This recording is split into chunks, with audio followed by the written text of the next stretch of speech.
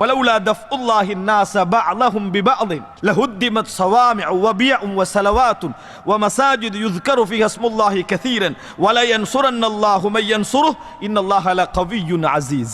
அல்லாஹ் தஆலா சொல்லுகிறான், ஒரு சில மக்களை இந்த உலகத்தில் நான் தடுத்திருக்காது விட்டால் எத்தனையோ வணக்க ஸ்தலங்களும், எத்தனையோ மத ஆலயங்களும், எத்தனையோ இறை ஞாபகப்படுத்தக்கூடிய இடங்களும், எத்தனையோ பள்ளி வாயில்களும் உடைக்கப்பட்டிருக்கும். அந்நிய மதஸ்தலங்களை சேர்த்து அல்லாஹ் தஆலா சொல்லுகிறான். எப்படி சொல்றா? அதாவது லஹுத்திமத் ஸவாமிஅ வபியா வஸலவாத் வமசாஜித், இவைகள் எல்லாம் உடைக்கப்பட்டிருக்கும். ஆசிரமங்கள் உடைக்கப்பட்டிருக்கும், வணக்க ஸ்தலங்கள் உடைக்கப்பட்டிருக்கும், ஆலயங்கள் உடைக்கப்பட்டிருக்கும், பள்ளி வாயில் உடைக்கப்பட்டிருக்கும். அல்லாஹ் ஒரு சிலருடைய அச்சத்தை கொண்டு ஒரு சிலரை தடுக்கிறான்.